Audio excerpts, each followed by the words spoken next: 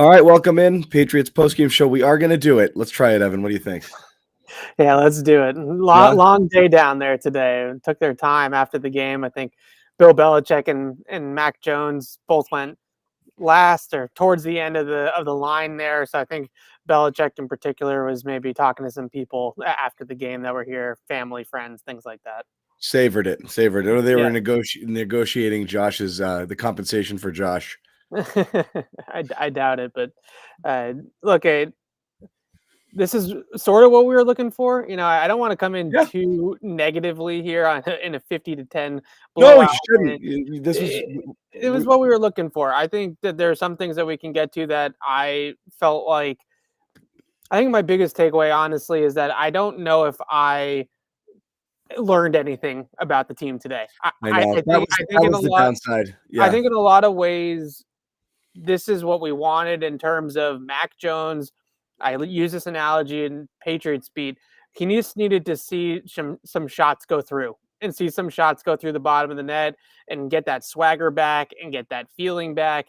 And I think all of those things are really positive momentum for this game. If you play the type of zone coverages that Jacksonville was playing on early downs, and you give Mac Jones those underneath short zone throws where he's hitting Myers and hitting Henry, just breaking off a leverage and allowing them to work those voids and get in those soft spots of those zone coverages. His short game is as good as anybody's going right now, besides maybe the GOAT, right? Besides Tom Brady, I don't think anybody gets the ball out quickly, precisely, accurately, reads it out properly, gets it to the right guy, as well as Mac Jones, especially considering the fact that he's a first-year player. I also thought some of the good things about Mac today were his legs, right? And I think this continues to be something that they maybe are getting more out of than any of us could have actually expected.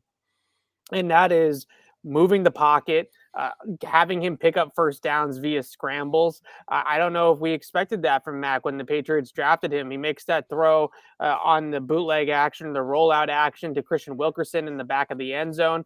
And that is a similar play to what they ran on fourth down against Buffalo last week, where he directed traffic and found Jacoby Myers in the middle of the field for the fourth down conversion. So getting out on the perimeter, getting outside the pocket. And then you also look at on third down man coverage situations, teams are playing single high man free, right? There's nobody in the box and they're putting 5 guys in the rush and they're putting 6 guys back into coverage. And now if you lose contain in the pocket and you give up a gap integrity type of thing, then Mac can beat you with his legs, right? And he can pick up 10 yards and he can move the chains that way too. So those are some really positive developments. We knew that Mac could play the short game. We knew that maybe there would be more rollouts, design pocket movement, things like that could benefit this offense and get this offense going. But with all that being said, and I understand that Christian Wilkerson dropped probably his best downfield throw of the game. And if he hits that one, then maybe my feelings on it are a whole lot different.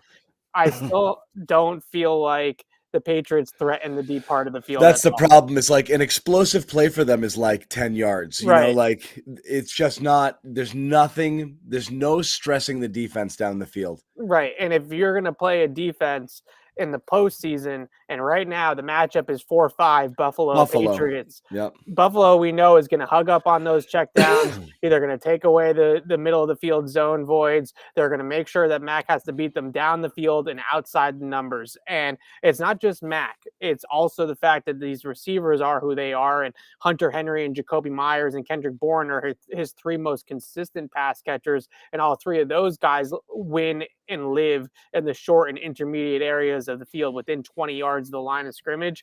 But there's no threat down the field still. Maybe Nelson Aguilar comes back and opens that back up a little bit more.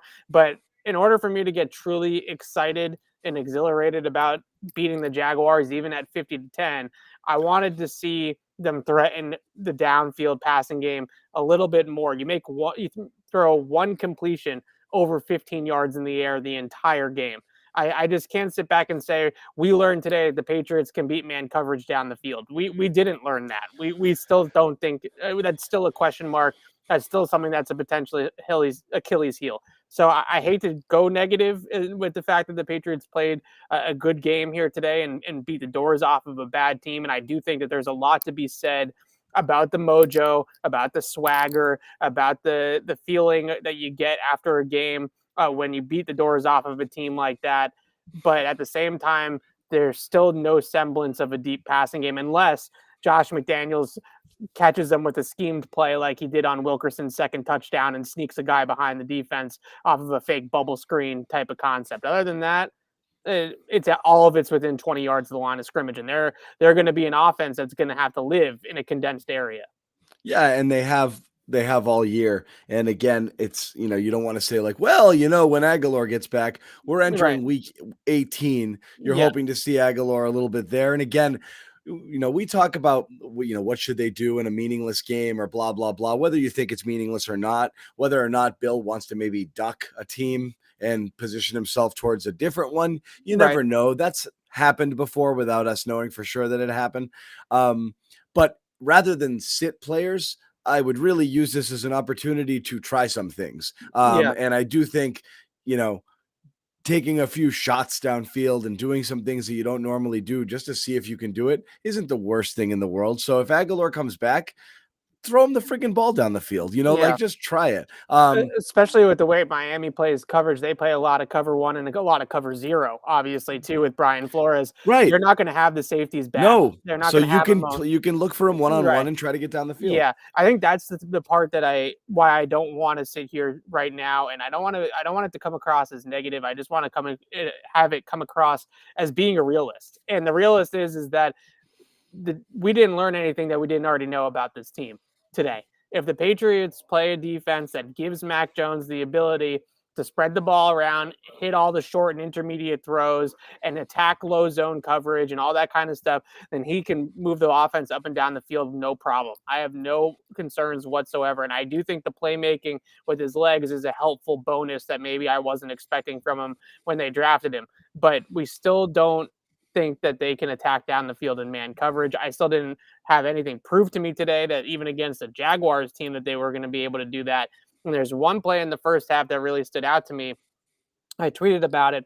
They got single high. Mac checks into a pass. He goes from under center to shotgun. They spread the formation. They have this single high look. They send Kendrick Bourne in the slot on a slot fade and Jacoby Myers on a deep corner route from the other slot, and they have a shot play dialed up. This is their chance to try to attack something down the field, and Mac Jones takes a sack. Yeah, he got the roughing the passer penalty, but the point is that he either didn't see it, didn't like it, or didn't want to push it to a single down the field, but somebody had single coverage, whether it was Bourne or Myers. Watching live, I thought it was Bourne on the slot fade, but somebody had single coverage down the field. And at some point in time, you do need to give your guy a chance to make a play, right? And maybe this week wasn't the week because ball security and just playing a clean game is probably the best way to go.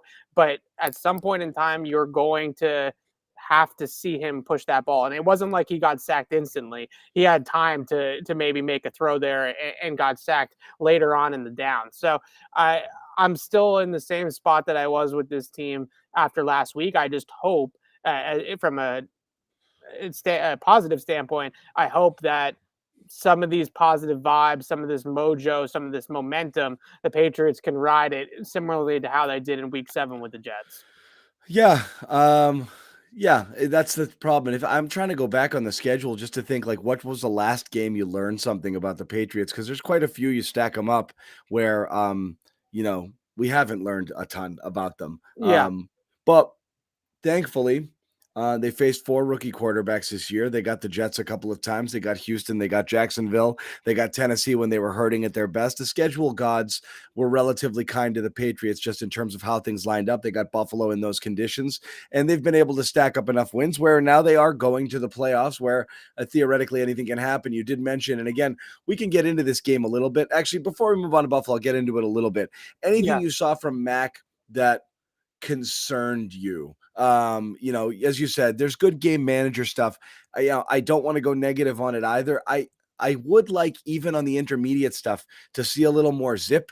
And it still isn't there. And I don't know if he he may be a guy who throws the ball just as hard as it needs to be thrown to get Yeah, there I think because that's his part of it. Yes. because his overall timing is good. But even on the first throw, just a little out to Wilkerson, who had a 3-4-5 yard cushion, and it just barely got there in time before the defender. And you're just like, wow, that's a throw you should be able to just drill into an open receiver, and it just kind of floats out there sometimes. So I wonder, from your vantage point, how much of that you think is Mac exactly that? Like, his receivers have said, to his credit, the ball's like a pillow when he Yeah, throws very it. catchable. So Yeah. he's trying to throw catchable balls. I wonder how much of that, but to the, but I do have a bunch of friends who will text me the whole game and they're like, oh my God, noodle arm.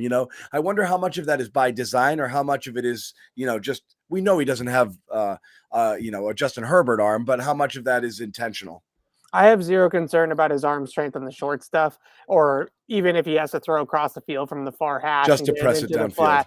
Yeah, Yeah. it's really those throws from the 15 to 25-yard range where he needs to dot it, right? He's got Yep. zone coverage. He's got too high. Like, there was one throw to Hunter Henry along the sideline that was probably his worst and only real negative play, I would say, of the entire game, where he was trying to force it into the cover 2 hole, and he might have had a chance on it if he had really zipped it in there, but he just didn't have enough gas on the ball to get it there. You look at the deep middle of the field, right? Why the Patriots can't really access the area between the safeties or over the middle of the field on deep over routes and deep crossing routes, because I don't know if he has the full velocity yet to be able to just uncork one right in between 2 zone defenders or something like that. Now, I don't have huge problems with his arm strength, especially now, because I do think that can be developed and worked on with cleaner and more consistent mechanics. But overall, I look at that Buffalo game plan defensively, and they were hugging up on receivers, Yep. the check downs, making sure he wasn't going to just dump it off for Brandon Bolden for 9 yards on first down, right? They were really coming up the field and hugging up on those check down receiver options, playing tight man coverage on third down, all those. I know Matt can make a throw against zone, right? I know he can see, okay, double A gap pressure. They bail out of it. It's cover 2. He hits Jacoby Myers on the leverage route in the cover 2 hole. I know he can make that read. I know he can make that throw. He's been doing it all year long. He made the same exact throw later on in the game to Hunter Henry. No problem with that whatsoever. It's 3rd and 4, 3rd and 5. He hits Jacoby coming across the middle of the field on the crossing route. I know he can make that throw. He's great at that throw. The question is when the defense has a game plan and the personnel to design a plan and a blueprint where that throw is no longer there, right? And they say you're not going to throw Jacoby Myers on the crossing route on levels or mesh on third down, and you're not going to throw into the voids into cover 2 because we're going to squeeze those. Where is Mac going to be able to go from the football from there? And this is not just a Mac Jones problem. I want to stress that too. It's also the receivers that they have working on the outside too that are pretty limited in that capacity as well. So again, I think he played the game he needed to play here today, to have a clean operation, no turnovers, 3 touchdowns to 0 INTs. There was a point in the third quarter right after he threw the touchdown pass to Christian Wilkerson on the bubble screen play where you could tell he was feeling himself, right? He was jacked up. He was really into it. He was vibing, and that positive momentum will hopefully continue throughout the rest of the season. And that if we are on this show in a couple weeks and the Patriots won a playoff game in Buffalo or wherever they end up going, we're going to look back at week 17 and say, this is when Mac got his swagger back, right? This is Good. when he got his mojo back. But I still think that they are who they are. Yeah. And that's pretty much all that I kind of take away from this game. My favorite Mac is still second half Indy. Yeah. It really is, just for the Yeah. level of high quality throws, some of which were down the field. Yes. That was the most I felt that he pressed it. Yes. So that's why I was actually a little bullish off that game, and that's why I was so bummed about last week. Yeah. Just in terms of his overall performance, because even the throws at the intermediate level against Indy, he's throwing them layered throws against zone coverage, right? Yeah. Fitting it over the first level and in Yes. front of the third level of the defense. Really nice stuff. And fitting it in there. Those are the types of throws they need him to make, right? Yeah. He needs to be able to make those drive throws, is what they're called, right? A deep ball is the teardrop, right? That's when we throw a pillow over the top. When you have to drive the ball into a 15 to 20-yard window, that is when they need what I need to see from Mac Jones on a consistent basis. I know he can throw to open receivers against Yeah. zone coverage against Jacksonville. I mean, no one's questioning whether or not he's an NFL starting caliber quarterback that can beat a bad Jaguars team. Clearly, he can. Yeah, and when I say this stuff about Mac, it's actually because I still believe there's a version of him that could do a lot more if he had to. I do Yeah, think he's been managed. I do think if you do that, you're susceptible to more mistakes, and I realize that's why they haven't. I yeah, actually, the funny part is when I'm not bullish on his performance, I'm actually bullish on him. I think he's their best offensive player. And I don't even think it's particularly close. yeah. And so I would like to see more opportunities. That's why I was hoping there'd be a game or two where you'd see, more of those types of throws like we saw in the second half, because you need them in the playoffs. You're not going to be able to do, there's not going to be a free ride there. So Right. it's kind of empty calories if you build to this point, get your 11 wins, get into the playoffs, but you're just not equipped to do what it's going to take to be able to win there. I guess maybe they're hoping for really miserable weather, high winds, who knows what, and then they can kind of Right. employ their Buffalo game plan again when they get there. So, we'll see how it goes. I definitely feel a little bit better about a Buffalo rematch. I feel great about a I Buffalo that rematch, honestly, I really do too, and because they played a perfect game against the Patriots last week. Josh they Allen played perfectly. The defense played perfectly. I and mean, they emptied both barrels. I think it's like yeah, I think it's more likely than not that Belichick would come back with something to counter what right. those guys did. And so I don't feel bad about it at all. I actually think that that's a potentially winnable game, and really any game is a winnable Yeah. game. There's no teams that are blowing you away here right now. So we'll see what we'll see how that one goes. As far as this game, couple other nuggets. Before the game, obviously, the N'Keal Harry Continues. Yeah. healthy scratch. Again, we're not counting on a lot from N'Keal Harry, but it definitely is felt like almost closure to his Patriots career. I Yeah. don't want to be hyperbolic here, but it's very likely this is the last time we've seen N'Keal Harry. If he's going to be this is a person they gave a shot to start when they were down receivers and when Aguilar was out. And now he goes, while Aguilar is still out, to a healthy and active. He was on the injury list earlier in the week. He got removed, which means he's healthy, and they sat him in favor of Christian Wilkerson, who had 2 touchdowns, incidentally. That's it. When Aguilar comes back, I mean, that's it.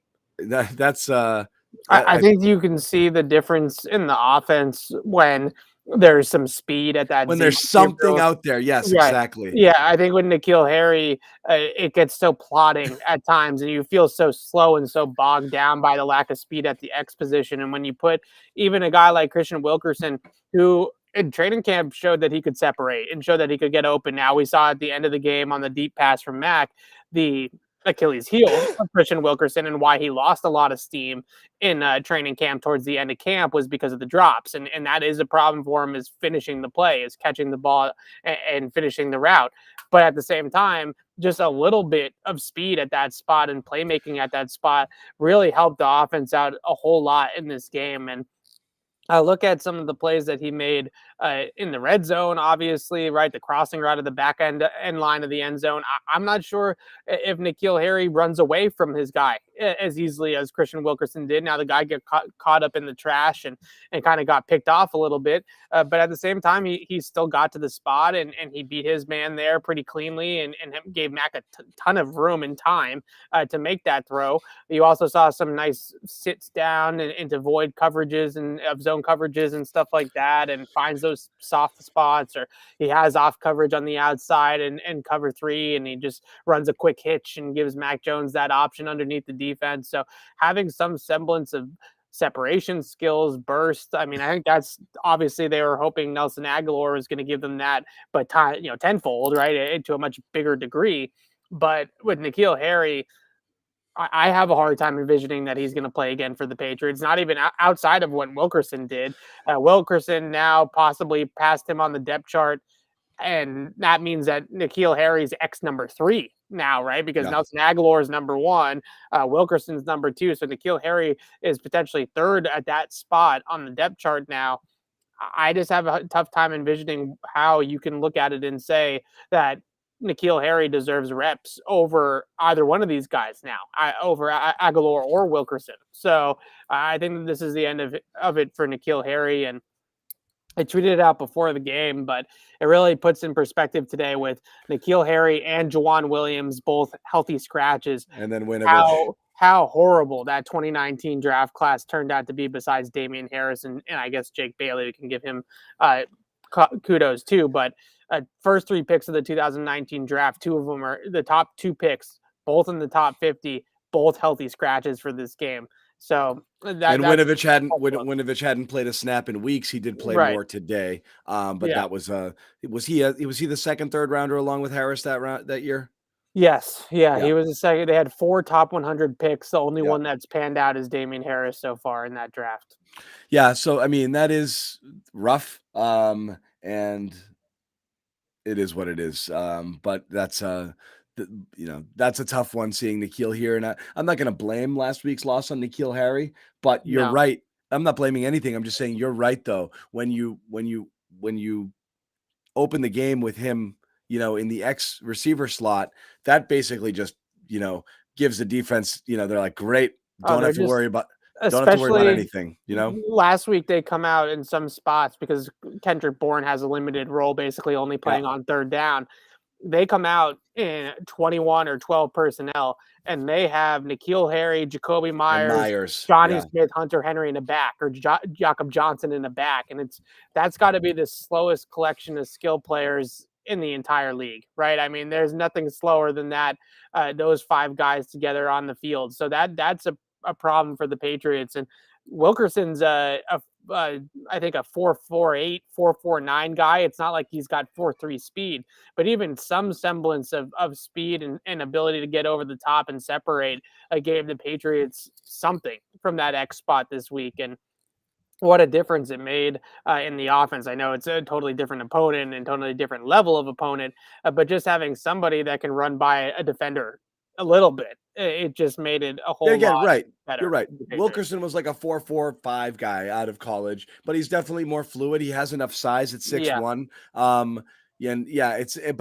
That's how sad it is. A Christian Wilkerson looks like an obvious, to your eyes, upgrade over Harry. And so that's it.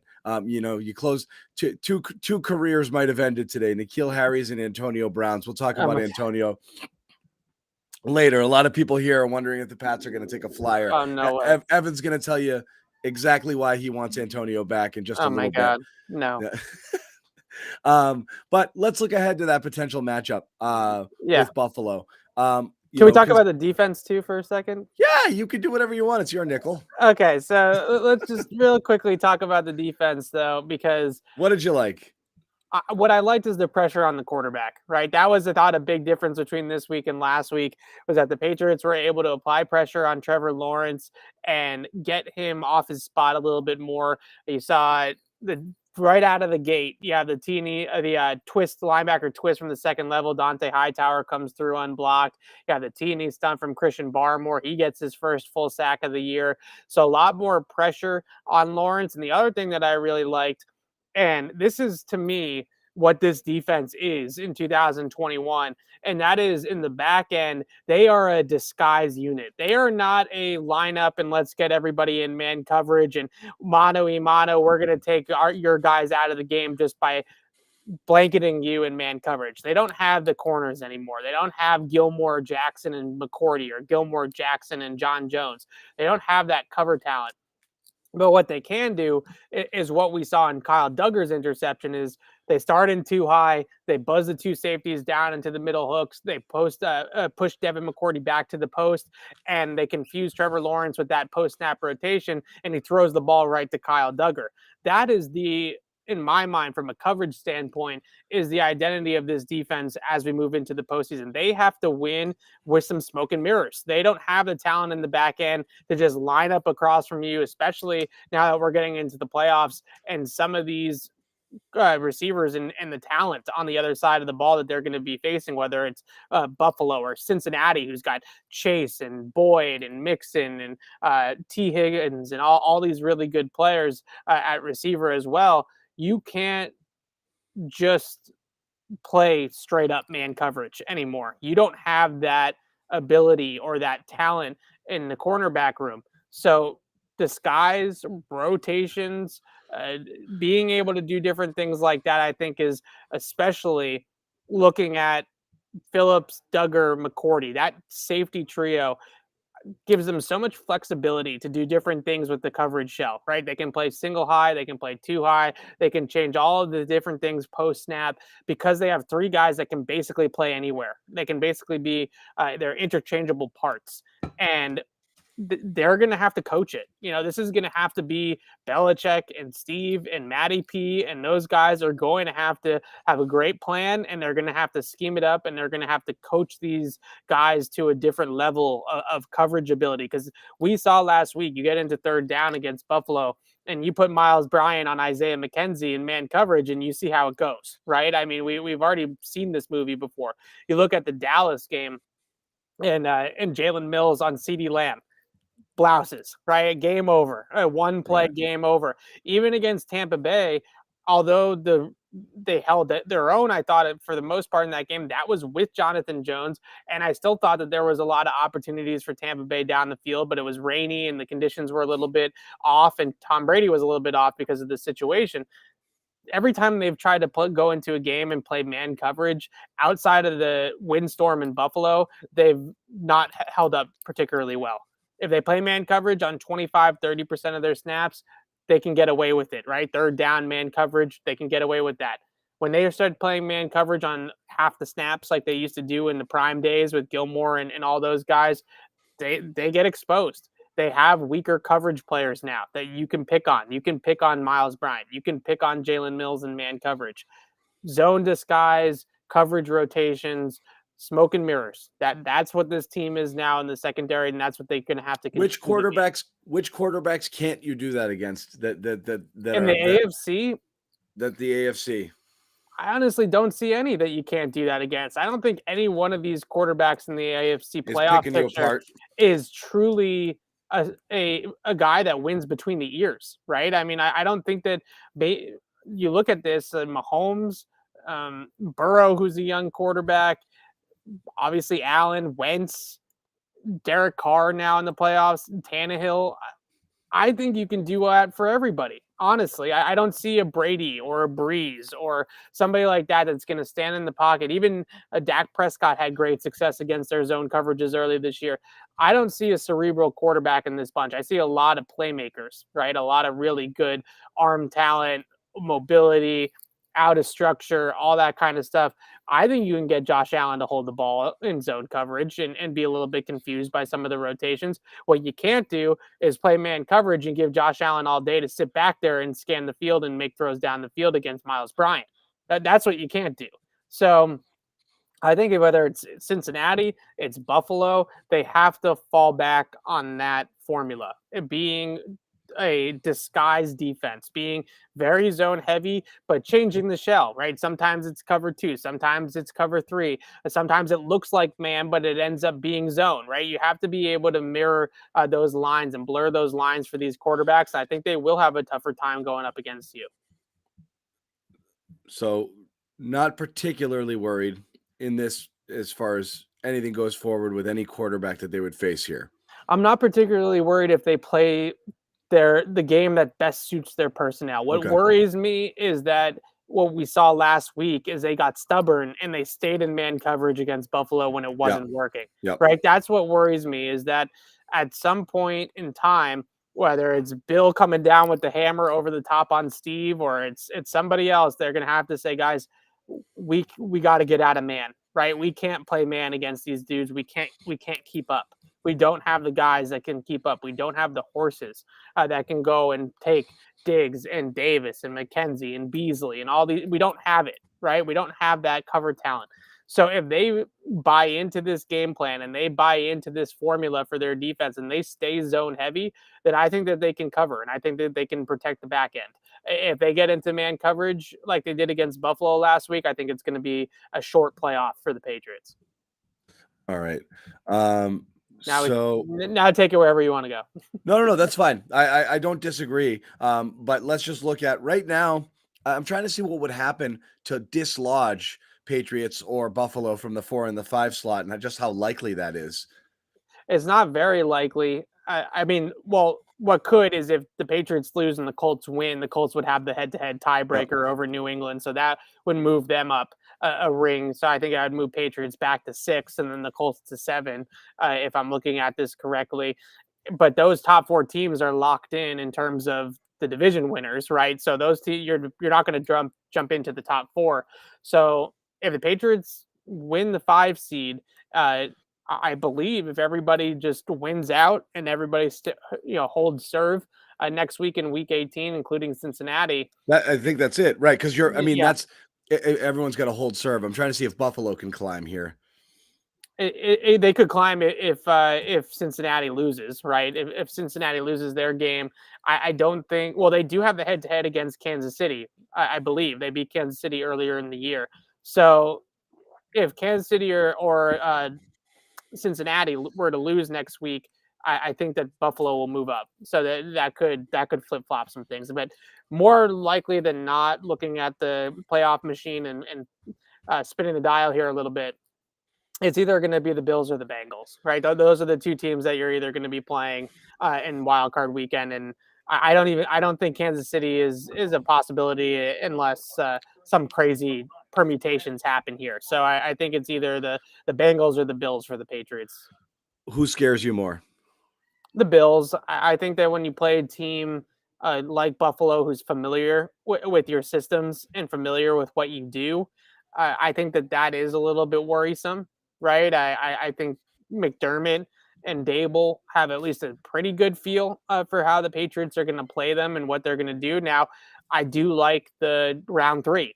Round 1 basically was a wash. I think round 1 was the conditions and all that kind of stuff. Now, maybe if you get a blizzard game against Buffalo the second time around, or weather conditions become a factor that favors you a little bit. But what I like is that really Buffalo, like you said earlier, they emptied the tank in this game last week, and you saw their best punch last week already, and you kind of know what they're going to do schematically to go after you. So now the Patriots can combat that. They can game plan that. And the question is, Buffalo played their game last week. Do the Patriots? I just can't imagine the Patriots will allow them to play that game again the same exact way.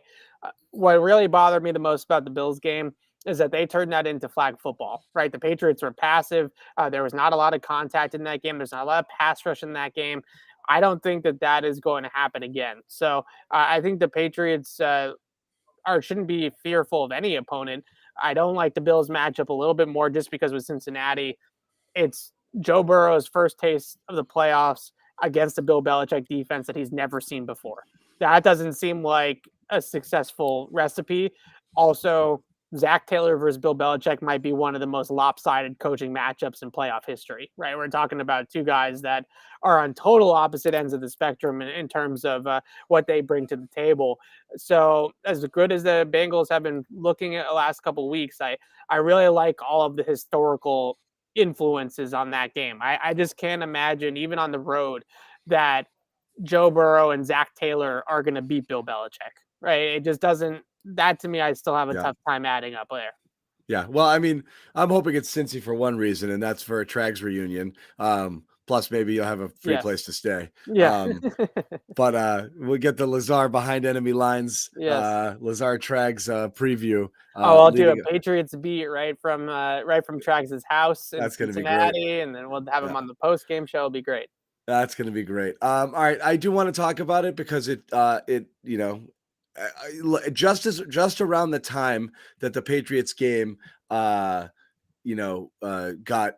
was getting weird, was getting boring. Rompy, yes. Yeah, there's a shot of Antonio Brown leaving the field shirtless in the middle of a game, and nobody had a clue what was going on. And as it turns out, nobody really knows what was going on, but we do know that Antonio Brown has probably played his last game ever in the NFL. So I don't know how this kind of percolated through the press box, Evan, while it was going on. I'm Yeah. sure it became a story or it became a thing, but just your initial reaction to this. And again, we have Antonio taking off his shirt, walking off the field. Yeah. You saw other sideline videos which showed he was heated. Mike Evans tried to keep him on the field and talk to him. He was literally trying to keep his shirt on him and finally just gave up. Antonio took it off, waved to everybody, walks off the field at the Meadowlands, gone. Bruce Arians announces after the game, that's it. Ball game. Antonio Brown is his Bucs career is over. I have to imagine his football career is over. Surprised, not surprised, but this is, like I said, your reaction, and then we can get into the rest of it. Okay, so I have one thing I think is really important to say about Antonio Brown. His mental health is in question right now, so careful what you say. Exactly. That Yeah, is exactly where I was going to go with and it. I agree with that too. Yep. We need to take a step back from football for a second with Antonio Brown and recognize that Antonio Brown is not a well person. Antonio Brown has mental health issues. And the things that are happening and that have happened with Antonio Brown over the last couple of years, I know we like to make jokes. I know people like to rag on the player. Always, now he's probably going to be labeled a quitter and all this kind of stuff. There is things going on with Antonio Brown that are important to talk about, are scary to talk about, and that should come before we make any jokes about AB. Not that we're going to make jokes, but that other people do. And I'll just double down. This is Tom Brady, and I don't have the clip ready, but this is Tom Brady's reaction to it was, Yeah. I think everybody should help him in the ways he really needs it. We all love him. We care about him deeply. I think everyone should be very compassionate and empathetic towards some very difficult things that are happening. So it's the easiest thing in the world to say that he's an absolute knucklehead, because everything that he's done at face value is knuckleheaded. It's Right. selfish. I mean, you're going back to it's vile when you're talking Right. about some of the accusations with that led to his release from the Patriots.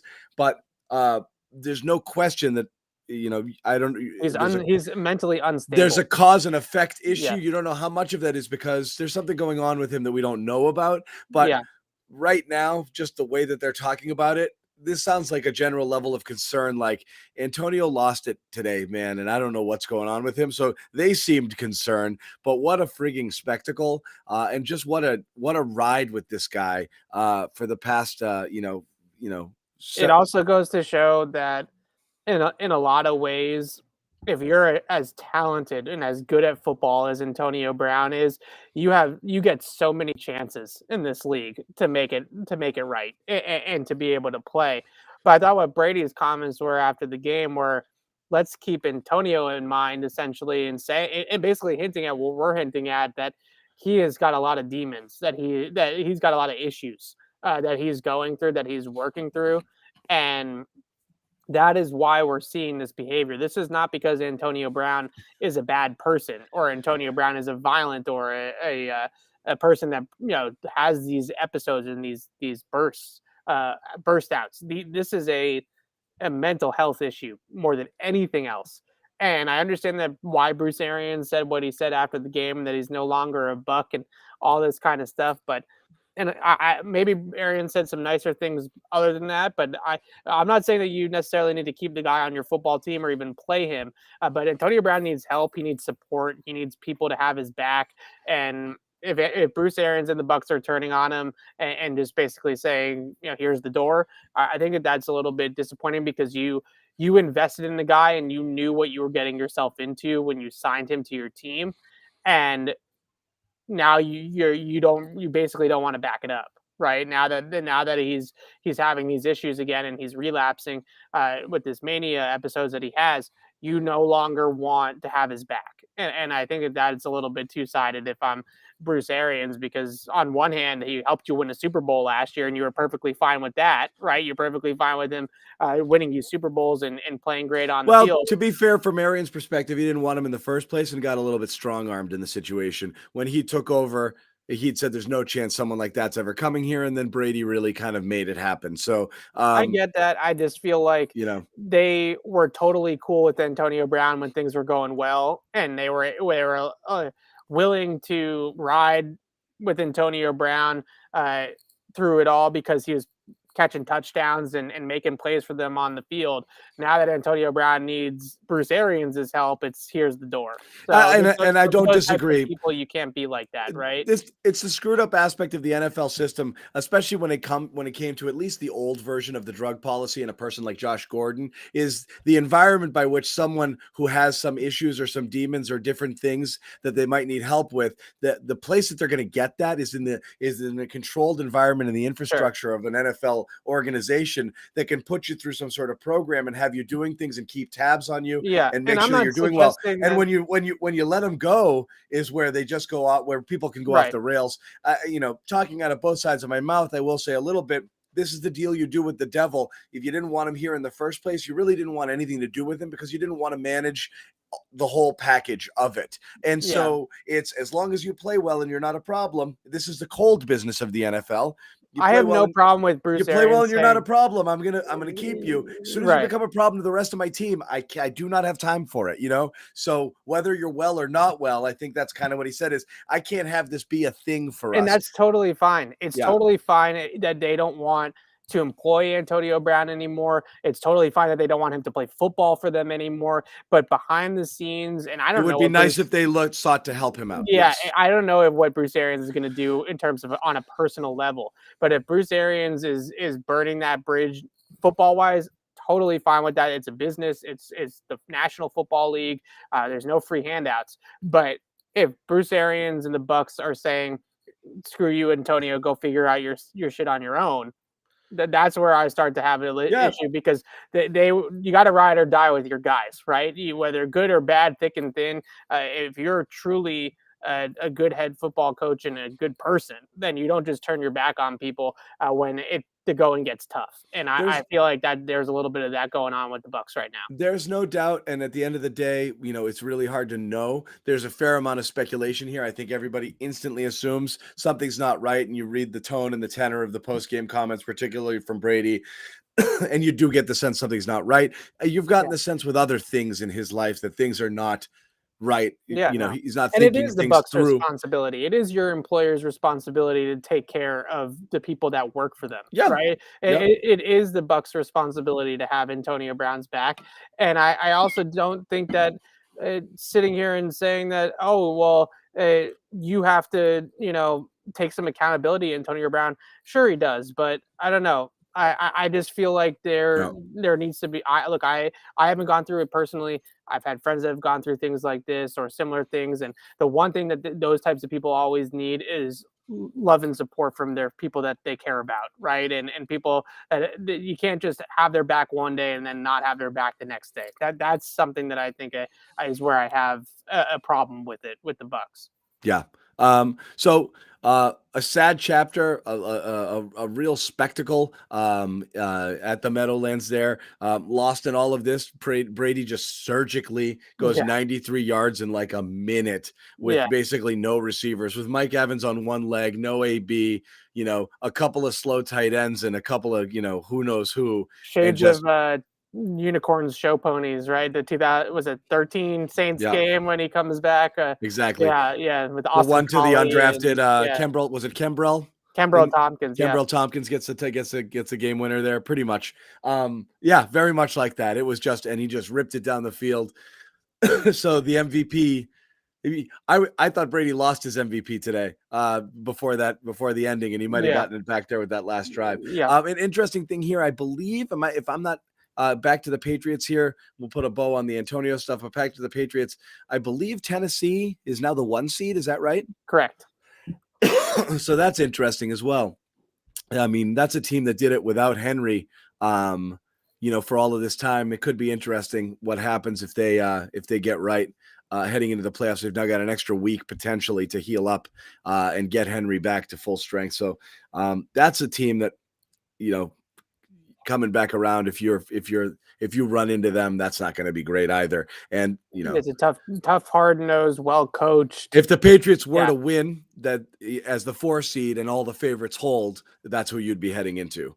Yeah. Right, you're playing Yeah. that one. You're playing that 1 seed from the 4 spot. Yeah. If you do win there. So again, that is of course if all of the favorites win on the first weekend. Evan, anything else to put a bow on today? Anything you saw that stood out that was like, maybe not the story, but a story? I think the other thing I'll say, and look, I feel bad about being so negative about Mac. So I'll just say that look, I think that Mac has a way to play the game in the short and intermediate areas of the field where he can be really highly efficient, and it's impressive watching him see things and dissect things in those areas of the field, see pressure and be able to dissect where it's coming from and if it's coming and things like that. If he plays that contained style of game in the short and intermediate passing game, he's a really good player. The other thing I would mention about the offense, this offense is clearly more dynamic when Damian Harris and Ramondre Stevenson are both healthy at the same time. Yeah. I think both those backs, they are similar, but they're also different in some ways. I think Stevenson has a little bit more explosiveness to the edge and ability to laterally cut and make those runs and bounce them out to the outside. Those types of runs are really impressive. Harris is obviously a downhill guy that can really get downhill quickly. Saw some nice cutback lanes here from Harris today as well. That two-headed monster is really a difficult backfield, and you can rotate those guys and keep them fresh where both guys are hitting at all cylinders. And the Patriots are going to have a really good running game with those two guys back there, especially given the fact that they have a pretty strong offensive line as well. Yeah. So that was something that I took away from this game as well, is that this offense and this backfield and this running game, when they have a healthy Harris and Stevenson together in these games, and those two play together, they are a very, very formidable duo. It's fun to watch. What is a bummer is it would even if those guys were dominating the touches, having that little bit of James White magic would really go a long way.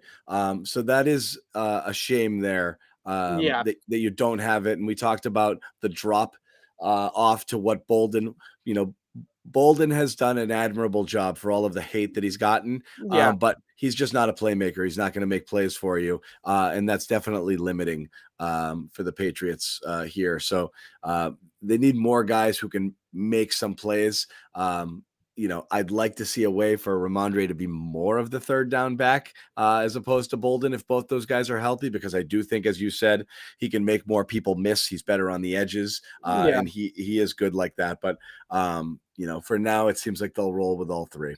Yeah, and really quickly in the chat, somebody talking about Trevor Lawrence. You can't compare Mac Jones and Trevor No, Lawrence. you can't. Right It's now. situational. Right. Yeah, if the Patriots had Trevor Lawrence, I like Mac. I think he's going to be a really good quarterback for the Patriots for a long time. The Patriots would trade Mac Jones for Trevor Lawrence. All right, like let's not get it twisted. If the Patriots had the opportunity to flip quarterbacks in this matchup today, they would also do it. They're not silly. And Trevor Lawrence would probably be the runaway rookie of the year playing for the Patriots this year. It's not just the weapons on them, it's the system and it's the coaching. Yeah. And you've seen how many coaches destroy quarterbacks. The Jaguars and the Jets, I guess. You can put both of them in there. They're headed towards that because you see today just a couple of flashes of instances where Trevor Lawrence makes some really high level plays and downfield throws, and you can easily see the talent, right? But then he just has to sometimes just do everything around him, and just too much to do, right? There's just too much to do at this stage of his career. Yeah, he can't. This is a it's a JV operation over there. Yeah. And they never put him in a position to succeed, but people do feel better about it because they could be like, look, Mac's better than Lawrence. Mac is better than Lawrence right now. He is right now. He is right now in terms of the situation he's in. I mean, look, I know everybody's going to be pissed off at us for saying that Trevor Lawrence is better than Mac, but if you just use your eyeballs, you can see which one is more physically talented than the other. And if you switch them, I think that the Patriots are in the same position, if not better. And I think Bill Belichick would agree, honestly. Let me ask you this: in a redraft, what would be the order of quarterbacks now? I think it would be Trevor Mack, but I think that a lot of teams. Trevor Mack, it's still not Trevor Wilson. Yeah, I think Mack would. You think so? I think that Mack would go to.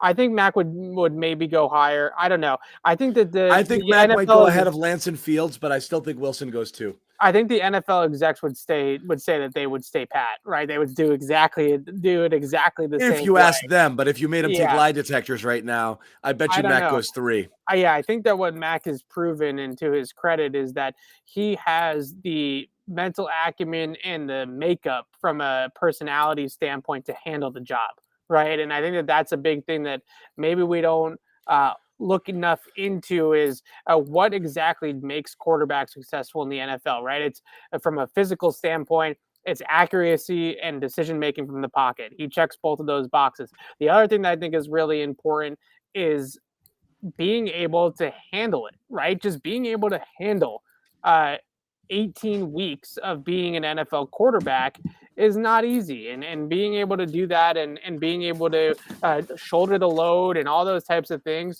And Mac Jones is able to do all those things and has done all those things all year long. So I don't know if those GMs, I don't think, do it any differently just because they're stubborn fools and they probably do it exactly the same. If I was redrafting the draft, I would still say that Trevor would be the number 1 pick, but I would take Mac second if I was the Jets, just because you can have all the arm talent and athleticism in the world with Zach Wilson, but I just don't see the same level of intangible qualities with Wilson as I do with Mac. So I have a tough time thinking that anybody would disagree with that. Fair enough. All right, so I think we're going to put a bow on it. Thanks for hanging. Sorry we were late, guys, but honestly, Evan had work to do, and he was out there. And the Patriots were relishing the victory, and Mac and Bill took a little bit of extra time. But again, the Patriots have clinched a playoff spot with their win and Miami's loss. They got the Dolphins again next week. If they win that game, they stay in the 4 slot. Unless, of course, Buffalo loses, then they would flip-flop. But it looks like if they were able to hold and the Bills win, that we're going to be looking potentially at Patriots-Bills on a wild card weekend, first weekend of the year, out in Buffalo. I'm not saying that it's been coming from the Bills internally. Externally, this rivalry between the fan bases love it. It's been getting a lot of fun. I saw today one of my pals named Jerry, who is on Buffalo radio, and over there said that he thinks that he's not afraid of the Patriots at all in the playoff rematch with New England. So I was going back and forth with him a little bit about that. I was like, how, you're not afraid at all of Bill Belichick in a playoff game? I mean, come on. Like, let's be real here. You guys played one perfect game against the Patriots last week. It's the first time you beat New England in a meaningful game in 20 years. And now all of a sudden you're not afraid of them at all. I know that that's a lie. So I would love it. It's the grudge match, right? You have you're 1-1, right? You know, you've played games the first 2 times on the other team's terms. The Patriots were able to run the ball in the first game. The second matchup went more in a Buffalo game script. Let's see what it looks like mano a mano, third time, all of it on the line, win or go home. That to me is exactly what I would want to see. I no offense to the Bengals or whatever, but no, it's fun. The theater there is just nowhere near as good. No, again, rivalries are what makes sports. Hatred is what makes sports, you know? So Patriots may not have burning, deep, hatred for the Bills, but they hate us, they hate you. And that makes it better. It makes it spicier. So that makes it a lot of fun, and it'd be up there, it'd be hostile. And it'd be just good playoff football. So I agree. That'd be fun to watch. Once again, 50-10 here. We just want to remind everybody a couple things. If you're watching and you don't already subscribe to our YouTube channel, please do. It really helps us out. Just click the subscribe button, turn on your notifications. You're going to know when we go live. We do it after every game, naturally. When there's breaking news, of course, we do that as well. And multiple times during the week with our Patriots podcast, both Evan's podcast and the Greg Bedard Patriots podcast, as well as all of Evan's reports down from Foxborough. You're only going to get them on this channel, so please subscribe. And sorry, again, I'm battling this cold all week. CLNSmedia.com for Evan's written material. He'll have something up on this game right after the game. Once again, Patriots win 50-10, their second 50 burger of the season. They clinch a playoff spot. Miami next week, and then we think on to Buffalo. So again, thanks for watching. Happy New Year, everybody. We'll see you guys next.